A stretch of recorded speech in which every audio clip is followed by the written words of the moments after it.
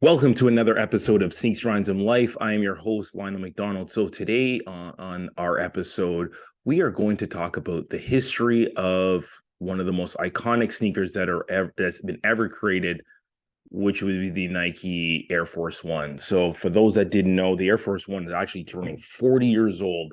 It came out in 1982, and championed by the New York market, and really has evolved from a street shoe to then immediately to a shoe that was worn on court, and that was the primary function that it was created, along the lines of many other silhouettes of that time. You think of the classic Air Force One poster with Bobby Jones and Moses Malone and George Gervin and many others. Like the Air Force One was like the iconic shoe to wear on court. After we had the Converse Chuck Taylor worn for decades prior, and then we moved into um, Magic Johnson shoe along with Larry Bird shoe, the Converse, and then we had the Converse Weapon, and then obviously the Adidas Pro Shell Pro Model Superstar was also then a shoe that was worn on court, but this was Nike's true staple. So the shoe, if you think about it, it's worn by so many different celebrities, like from Kardashians to Kanye to Jay-Z, and Jay-Z even created the S. Carter, you know, almost off the basis and a look, but a sleeker version of an Air Force One.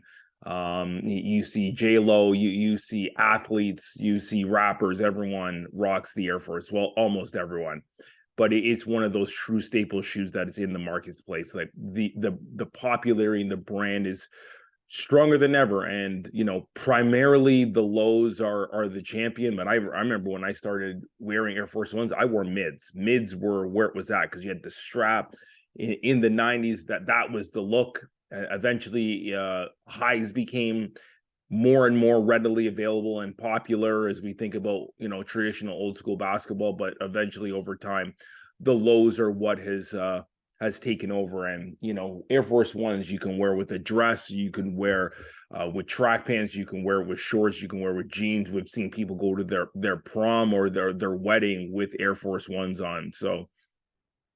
So you Air Force One, if you think of the name, essentially it originated based on the plane that the President of the United States flies on. It is basic, but at the same time, some unique pieces. The little ventilation holes so water can't get into the shoe in a tremendous way, but it still allows a full leather shoe to breathe. It does have an encapsulated airsole unit, and then a variety of different things, functions, whether you have Velcro straps that went onto the shoe in the mids and the highs to give it some stability if you were actually playing for it on court. Whether white on white, black on black, and then I even think of the Ice Cube black on white that he wore in Friday. It is one of the most iconic shoes that have ever been created. So when we think of the Air Force One, one of the unique things is who created it. So Nike designer Bruce Kilgore was the one that created the Air Force One, and kind of was inspired a little bit by a hiking boot, um, and really was to, as I mentioned earlier, to give stability and support to the Air Force One, or to the basketball player that was going to wear it. But it quickly caught on in New York, in DC, in Philly, and then many influencers, drug dealers, hustlers were wearing it in the streets of New York from, call it, when it really started taking traction, probably 2 years after the release. And we're talking, I guess that's 84 to like the early 90s. This became like a staple shoe of the Air Force One. And you think of NBA stars, like I mentioned Moses Malone and Michael Thompson that played for the Lakers. These were the gentlemen that were added to what was then, totally completed when you have Michael Cooper, Calvin Nat is probably the least known guy, Jamal Wilkes, and again, Bobby Jones and Michael Thompson. This was the Air Force One crew. So we definitely have seen it, evolve over time. It was a readily available shoe. It didn't cost a lot. It was about $60 to $65, but the durability, along with how it could be colored up, how it could be styled. In New York, it was huge to change laces with sneakers, and because it was a white body with a not a lot and not really a lot of mesh, it was able to be cleaned and kept crisp. So for breakers and how it now influenced hip hop culture, it definitely was a mainstay and a go-to sneaker. Once we kind of hit the 90s, there became an increased popularity with sneakers then being quick striked, or collaborations, or pioneers really embracing it. So there was I remember there was this Nike logo packet, the NYC one, which was made more limited, and became more popular because of exclusivity. So you run that, call it the law of supply and demand. When you limit the supply and you tell people that it's important, and Nike's always done an amazing job in telling a story, you really had people chasing after these Air Force Ones.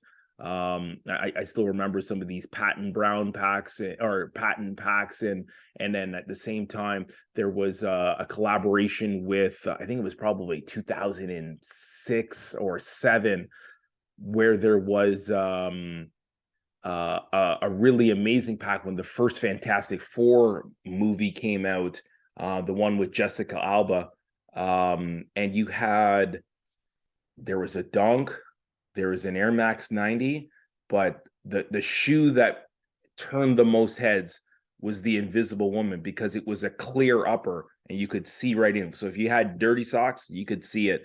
So it was pretty unique with that shoe, on how many different reiterations they've done over time. And that has really helped to keep the shoe popular.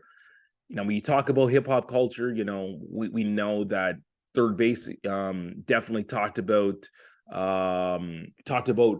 Air Force One's probably the most iconic song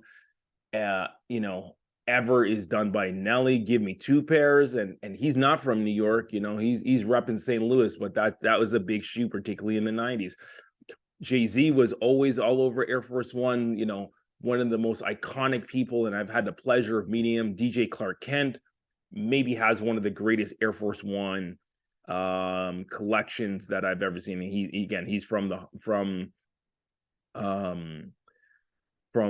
part of New York, uptown, up in Harlem, and he is what we call an Air Force One connoisseur. So pretty amazing. I remember even a story, working in retail, had in Toronto Eaton Center, there was always basketball players coming into the mall. And I think of, the early to mid 2000s, one day Baron Davis, at this time from the New Orleans Hornets came in, and we were chopping it up and talking, and he needed some shoes. We always had, a healthy stock of Air Force Ones at that time, and he needed 5 pairs of white.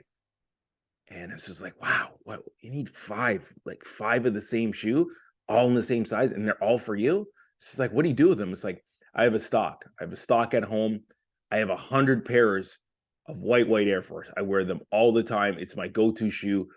I didn't have enough for this road trip, so I'm buying another 5 while I'm on the road. And my mind was absolutely blown of what this looked like. So athletes and rappers alike, again, as we talked about Nelly and Nellyville, you can't talk about Air Force Ones and not talk about Fat Joe and the Terror Squad. Truly embrace the Air Force One as they're from the Bronx. we think of, Atlanta rapper Young Jeezy is a huge fan of the Air Force One. We've definitely seen Outkast wear the Air Force One. So the Air Force One, we talk about a staple of street culture and a mainstay in the wardrobe of hip hop. It is carried on from the 80s to the 90s into the 2000s and beyond. So it's a pretty amazing that this shoe is now 40 years old, and it's truly stolen the test of time. I still even another rap moment. You can't forget about Classic. So it was a song created, DJ Premier was on the boards, and maybe the one of the best quartets of rappers that are not essentially a group to play or rap in a song. We had Kanye, we had KRS, but you also had Nas and Rakim, and it's like the only track that ever been on. So pretty amazing that was a thing for for the Air Force One, and I believe that was done in 2007 as Air Force One turned 25. So yeah, I think there's so many great things. Even the new generation of hip hop artists, and you've seen guys like Travis Scott obviously gravitate to Jordan 1s, but he's definitely worn, definitely embraced Air Force. Same thing with ASAP Rocky. Drake is a huge fan of Air Force One, even though he had a couple collaborations with Nike. So it's pretty amazing that we see the power of the Air Force One and how important it is to sneaker culture. So you really think about the 90s being the gold standard, but what was unique, in the early 2000s is Air Force One always came in kids and in men's, but in 2001 is when they first introduced women's sizing, which is much needed. And now we've gone onto the Shadow version, which is kind of a higher cut, but a sleeker version and really unique to a woman's foot. We know in the 2000s they changed materials, so we went to linen. We've definitely done a variety of different materials on Air Force Ones. They've done some tech uppers where we Flyknit, which has been a huge piece. They even did a Foamposite one. So pretty amazing that they're done. And then, we know that the Air Force One is kind of a heavy shoe. So in 2012, they added what was called Lunar Lawn. So it's a unique material that gave additional cushion and shock absorption, but also making the shoe a little bit lighter than before. So, we did we've done a 25 anniversary. I actually got a shirt on from like the 25th anniversary. They did it in Toronto colors, black and gold. We've done it celebrates almost every holiday from Valentine's Day to St. Patrick's Day to Halloween and anything else you can think of in between. So it's pretty amazing that this shoe is so iconic and means so much to so many people.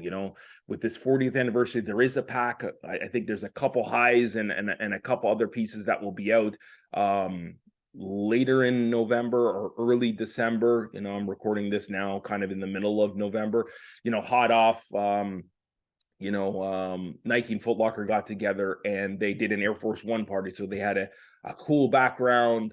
And they had a DJ and lots of sneakerheads. One of the biggest Air Force One heads in the city. My boy Craig, Big C, as many of you know him, was in the house. Several other people of the influential nature, along with many Nike and Foot Locker representatives, were out and about mixing it up. And it's great to see that things have kind of come back to doing events like that since COVID. But Air Force One is really, a mainstay and iconic piece. And, you look at, the vast majority of high school kids, or you look at the vast majority of kids in college, their go-to shoe in many cases is an Air Force One. So with that, I definitely had to go down and look at my collection of Air Force Ones, and let me give you some of my favorites. Some are OGs, obviously, like the white, I'm a huge Knicks fan, so I have a couple colors. You know, there's a Kith collabo that's come out recently, that is definitely sought after. And but I have a couple Air Force Ones in orange and blue. Like I have obviously a variety of different shoes in those colorways since I'm a Knicks fan. You know, LeBron has done multiple Air Force Ones. That would be definitely one. But some of the coolest ones that I can remember. First, I got to start with the Goldenrod. That's my gateway shoe. That might have been one of the first Nike shoes I ever bought. It had the jewel swoosh, and I was a huge fan of the jewel swoosh back in the 90s. They eventually went to the leather swoosh that you see on shoes today, but the jewel swoosh is where it was at for me. Goldenrod, which was again gold, what was the swoosh color, but then eventually they did orange, and I used to wear it with Syracuse gear. They did blue and yellow Armaze, and I did wore it with Michigan gear. They've done, you know, USA colors, so many, but it was always in the jewel swoosh. So Goldenrod, definitely on my list. Can't talk Air Force One. I went to that Air Force One party that I mentioned earlier. I wore patent leather sheeds. So Rasheed Wallace, that played for the Pistons and won a title there, and also played at Portland. He played on court in Air Force One. I did it from time to time because of Sheed's influence on me. But they made a patent leather version with his logo, which is so cool and iconic from the Nike standard. So definitely Sheed's in my list. Can't talk about Air Force One if we don't talk about the year of the GOAT Air Force. So, you know, funny story. I used to have a pet goat when I went to Jamaica for two weeks. When I was like 4 years old. You know how it goes in Jamaica. Goats get, goats are unfortunately turned into food, and curry goat is one of my favorite dishes. But I remember one day went to look for the goat. Goat was gone, but the goat was going to be dinner. So a little traumatizing for myself as a 4-year-old kid. But when that came out, I had to have the shoe. I even wrote on my shoe RIP in thinking of my pet goat. I called him Goat. So anyway, that's a little funny story that I have. But Year of the Goat, it's clean. It's got I think that one's got a gum bottom, so it makes it look a little bit different than some of the other Air Force. I also think of some of the customized Air Forces that I have. So stocked up on white, and black in the past, and turned one, obviously, Chadwick Boseman, who played Black Panther, passed away. We know that Black Panther 2 is now out in theaters. Haven't seen it yet. Hopefully I see it soon. But I customized one, and I wore it the day of the Air Force One party, and the day of the movie release. I customized one in a colorway done by T-Dot Customs. So shout out T-Dot Customs, a Black Panther customized version of an Air Force One. I also have a customized Kobe pair, as I have been and grown as to become a big Kobe fan. And I don't know if I really appreciated Kobe as much as I do on court, but the more that I learn about his story and his mentality and his work ethic, I'm one that is a hard worker myself, but I can truly appreciate that one. So I had to get a Kobe one done, even though I'm not a Laker fan. Standing for, social injustice. It's great that Nike got behind Colin Kaepernick. So I definitely have a Kaepernick. That's on my list. And then what else do I got here? Oh, and then, yeah, we've done country. So one of the coolest ones I've ever seen in bright red is the Puerto Rico Air Force with the Puerto Rican flag. So that was one of my favorites. I wore that one so much just because I'm not Puerto Rican, obviously. I'm from Jamaica, but I love how it looked, and I think that one's dope. And then, speaking from where my heritage is from, Nike has rolled out several times over the years a Air Force One that's launched on Caravana weekend. So first there was a white with West Indies logo and green bottom. Then there was a yellow bottom. Then there was like a woven one. I've seen a bright gold one that they've done, I think in like 2012. So definitely that's on my list for Air Force Ones, and obviously then just a culture iconic moment. I think of the ones that Ice Cube wore in the movie Friday, particularly during his all the trials and tribulations he went along with Smokey, and then ultimately fighting Debo at the end. But Air Force One, it's a shoe that sometimes we thought it was going to go away, like the Cortez, but Cortez has come back, and Air Force One is as strong as it's ever been, and continues to grow.